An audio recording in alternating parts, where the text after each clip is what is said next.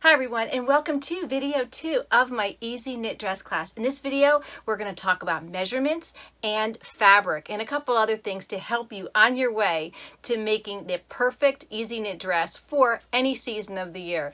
So the first thing I want to talk about are measurements, because measurements are so important and you have to be honest with yourself. None of this fudging, none of this guessing.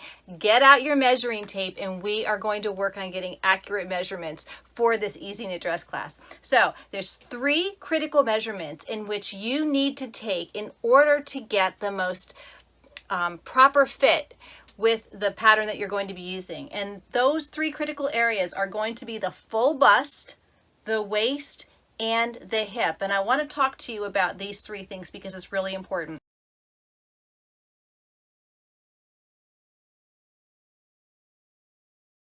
With some of the independent pattern companies, you are going to be measuring for the full bust because the sizing block is a little bit different. So on the pattern that we're using, we are going to measure the fullest part of your bust. So I'm looking at the side here and I can tell the bust apex is hitting right about here. So take your measuring tape and you want to put it level to the floor or parallel to the floor. So I'm going to take this measurement and put it around the fullest part of my bust and making sure that it's not dipping down in the back. You want to keep this level, parallel to the floor all the way around, including your back. So you might have to use a mirror to do this. The waist. For this class, we are going to be measuring the narrowest part of the body. So this may not be where you wear your pants, but when you use your measuring tape, let that measuring tape sink right to the narrowest part of your waist. Take that measurement and write it down. The third measurement we have to take is the hip line measurement. And this can confuse a lot of people because they're like, well, where is my natural hip line? And the hip is going to be defined as if you were standing in front of a mirror and you bend your leg out to the side, like I'm bending my right leg out to the side right now, where you see that crease forming where the leg meets the body, that is your hip line. However, in my case, my hip line is actually smaller than my upper thigh measurement. So which one do I use? If we were making pants, I would say take the fuller measurement. So I would use my thigh measurement. But because this is an A-line dress and it's not fitted to the body, I am going to use my actual hip line measurement. If we were making a form-fitted dress, then yes, I would use my upper thigh measurement. Use your best discretion as far as which measurement you want to use. If you are much larger below your hip line, then use that. But because I only have a 2-inch difference, I'm going to use my natural hip line. All right, so bust, waist, and hip. Take those measurements and write them down. As far as size is concerned, when you are printing out your pattern, you want to print the smallest to the largest size that you have measured on yourself. So let me give you an example right here. Let's say my bust is a large and my waist is a medium and my hips are a small. I want to print off the large, medium, and small. Now with the pattern that we're using, they're going to give you numbers. So I know from making this pattern before that the 10 and 12 is one size and the 6 and 8 is another. So because my bust is going to be measuring at the 10 to 12 size range and my waist and hips are going to be measuring in the 6 to 8, I'm going to print off the 6 to 8 and 10 to 12 size range. So I will see 2 different size ranges on my pattern and then I can just blend it to fit. So let's talk fabric, because fabric is going to be one of the most crucial components of this class and it's going to determine the outcome of your dress. Your fabric that you choose has to be a knit, and I want that knit to have lycra in it because lycra is great for that snapback. I like my stretch on this dress to be a minimum 40%, preferably 50% stretch in your fabric. So I'm going to show you how to figure out how much stretch is in a garment. Lycra will help it retain its shape. So right here, this is one of the suitable fabrics that you can purchase. This is double brush poly. The other one is ITY, and I have an example of ITY right here. These fabrics have beautiful, beautiful drape, and they just flow very nicely on the body. That's the pro. The con is that some people do feel a little hot in these dresses. So if you're making this dress for the summer and you run really hot, you might want to think about adding sleeves and converting this to a fall into winter, into early spring type of dress, because then you could put the sleeves on. And so don't worry if you are too hot or you run cold like I do. You can get this dress to work for you, but I want you to be mindful of the season in which you are going to wear it. So double brush poly, also known as DBP, ITY, also known as interlock twist yarn, and those are my two preferred fabrics because they have a high degree of stretch.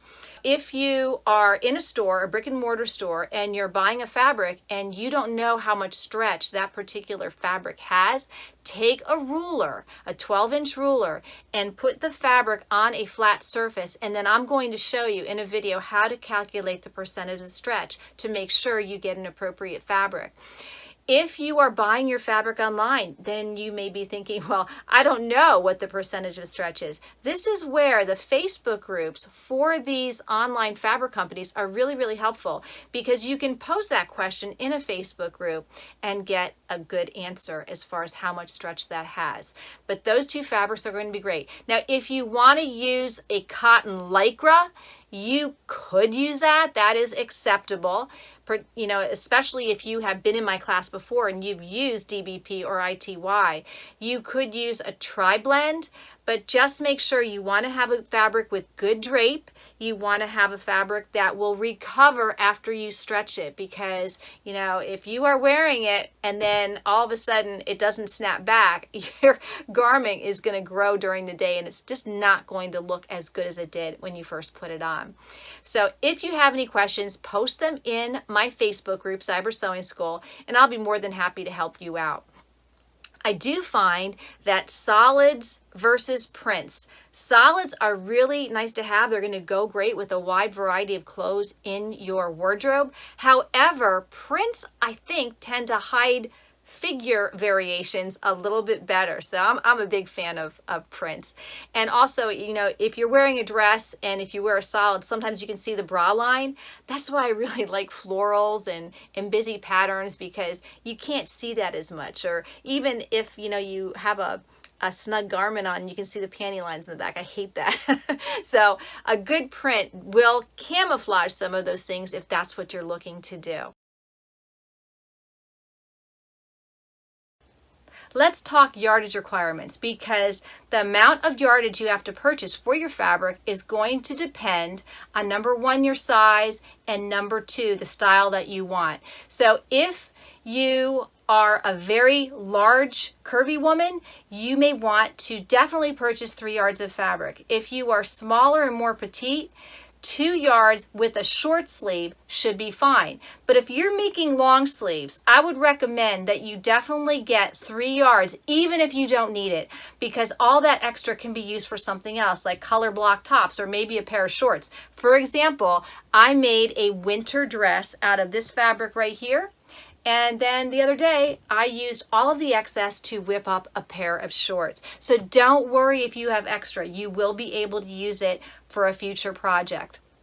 Another thing I want you to consider is, what is the width of the yardage? So most knit yardage comes 58 inches to 60 inches wide. And when it is folded on the bolt of fabric at a brick and mortar store, you definitely want to take your measuring tape, have the person open it up, or if you have an open table somewhere, open it up and measure how wide that yardage is. Because if it's 56 inches, I'm going to tell you, stay away from it. You want hopefully 60 inches. If it's 58, you should be fine. I know that some people don't realize that the width will vary, because most quilting cottons come in at 44, 45. Your knits should be 58 inches to 60 inches for this class when you're purchasing the yardage. So minimum 2, preferably 3, because that extra, you can do something else with it in the future. Let's talk percentage of stretch. That's really important. So when you buy your fabric, we're going to go to my cutting table right now, and I'm going to show you samples of how to figure out the percentage of stretch. In this video, I'm going to show you how to measure the degree of stretch in the fabric using a base of 4, 5, and 10. As you increase the base, you can get a more accurate amount of degree of stretch, but either one of those will give you a good idea as far as how much your stretch is going to be. So the first thing you want to do is, this is your selvage edge. You have a selvage edge on one side, and the other side of your fabric has another selvage edge. This is the cut edge right here. This is how they cut the yardage at the store. So we want to measure the crosswise stretch, and that's going from selvage to selvage. So I'm going to take this cut edge, and I don't want to use the selvage when I'm making this calculation. So make sure you're pinching outside of that selvage, and I'm going to put my pinch right at 0. Now I'm not stretching the fabric, and I'm going to use a base of 4. So I'm going to hold my fabric at 4, not stretching it. Each inch is 25. So if I can stretch it from 4 to 5, it's 25%, to 6 is 50, to 7 is 75, and to 8 is 100. Now I'm going to say I comfortably have between 50 and 75% stretch. So if I use a base of 5 is going to be even more accurate, because each inch will be 20, 40, 60, 80, and then 100 for your degree of stretch. So there again, I'm going to pinch beyond the selvage, put that at 0. I'm not going to stretch my fabric, but I'm going to just lay it down until I reach the 5. Pinch it with my other fingers at 5. So now pinching an inch, that's 20%. Another inch is 40%. Another inch is 60%. I know I comfortably have 50 to 60% stretch. I could go to 80, but 60% is really good. It's a good indicator as far as the degree of stretch. Now I'm going to use a base of 10. So if you look down here, here is my 10 marking. When you use a base of 10, if you're starting at 0, each inch is going to be 10% of your stretch. So I'm going to pinch outside my selvage, put that at 0. I realize you can't see that 0. And I'm going to just lay it down without stretching. And I'm going to put my other pinch at 10. So if I go to 11, that's 10, 20, 30, 40, 50, and 60. I'm still getting a comfortable 50 to 60% of stretch. So remember, base 4, base 5, or base 10 can give you your degree of stretch. So when you get to the store, no matter what fabric you have, whether it's double brush poly, or you have an ITY, or you have a French terry, you want to take that cut edge and measure the degree of stretch. Please do not rely on someone who works at the store to know how to determine this, because there are a lot of people out there that don't sew, and they might look at you as if you have two heads. All right, now that you know, you can make that judgment on how much stretch a fabric has. Thanks for watching. In order to take the class, you're going to need to obtain the Hala Patterns Agnes dress. And to do that, you're going to go to halapatterns.com. And then when you get to the website, you're going to click on the 3 bars in the upper left-hand corner, and then click on Shop, and it's going to bring up some of the patterns you can scroll through, but the first one that I see on my computer is located right here at the left-hand side, Agnes Swing Top and Dress for $9.95. Click on that pattern, and then you can scroll down and see the information for the pattern that we're going to use. Now on the left-hand side, it says the pattern is $9.95. You can click on Add to Cart, and that's what you're going to need to do in order to obtain this pattern. But notice over here it says please join our Hala Patterns group, and this is a clickable link on Facebook for a coupon code to get this pattern for free. But when you click on checkout, then you can enter that pattern code. If I click and go into the Facebook group for Hala Patterns, once you join and you are approved, click on the announcements to get that coupon code. Once you have purchased your pattern, you can download it to your hard drive. If the file is zipped, you will have to unzip it. But out of these 3 files right here, I only need 2 of them. The first one right here is the instruction file. So this is going to tell you how to assemble the pattern. The next two are your printer patterns. So you need to decide, are you going to print out your own or take it to a copy shop and have the copy shop like Staples or Office Max print this out for you. This one is print at home, this one is the copy shop. After you have downloaded all the necessary files, open up the instruction file. And what's really great about Hala Patterns is they include a lot of great information right on the first page of the instructions. So right away it tells you what material to use, lightweight knit fabric with 4-way stretch. I've covered all of this, and if you're using your serger, please use Maxi Lock or Aero Lock or another high quality serger thread. The tools that you're going to need, we already discussed many of these tools. Mine might be slightly different, but most of them will be the same. The paper that you're going to need, standard printer paper. This right here for your settings is very, very important. You must set your printer settings at 100% scale or actual size, or else your pattern is not going to print out to the proper size. The scale, we will use a test sheet to determine if everything is correct. And also they talk about layers here. Layers are merely only the sizes that you want to print for yourself. So it's very helpful and it saves on printer ink. This is important right here. It says cut each pattern piece, a 1/4 inch seam allowance is included. If you've ever taken my class in the store, you know I always use just in case seam allowances. So I will have you making your seam allowances wider to allow for more fitting options if necessary. I love that this Hala pattern includes the overall layout. So once you have the printer pieces taped together, it shows you what they should look like, and then we're going to assemble them in a future video. Once you know what sizes you're going to print out, you're going to open up your pattern file so that you can print it out. And it's very helpful because right here on the first page, they tell you your print guide. So I know I choose my size right here. I'm going to print out the 6/8 and the 10/12, and it lets me know what pages I need to print for what I'm making. So I'm going to make a knee length or slightly shorter dress. So I know I'm going to have to print out, I'm going by my largest size, pages 1 through 10.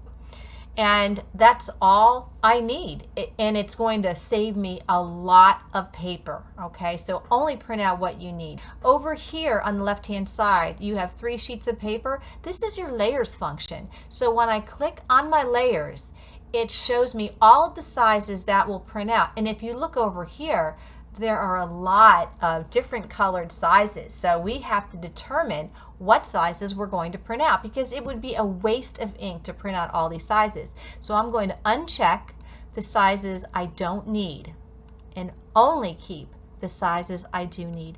It will let you know if you have to keep a particular layer on. So this layer has to be checked. Notice how it really reduced the number of lines that I see. So I'm only looking at the 2 sizes. Again, I'm going to print out pages 1 through 10. So here is the printer icon in the upper left hand corner. I'm going to click on that printer icon, and I only want to print page 2.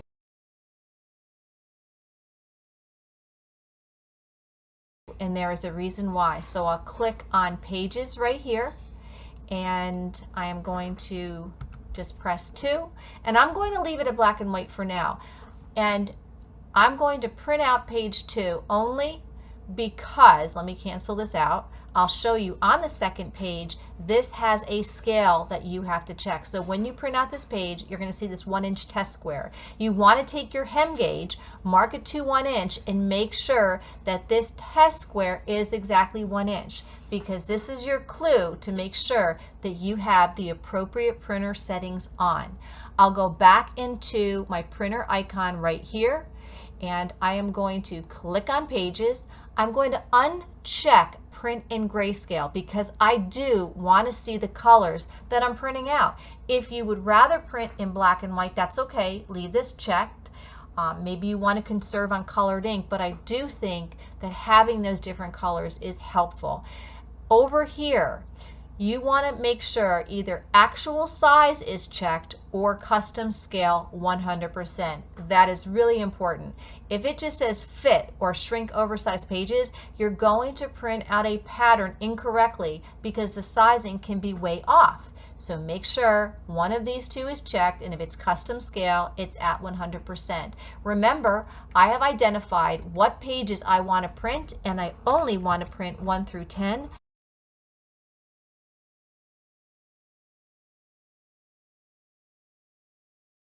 So I will put that right up here, 1 through 10. And now check everything off.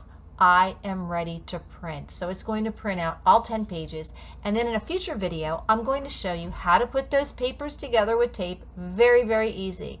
If you prefer, you can always take this file to a copy shop again and get that printed out, so they will do it for you.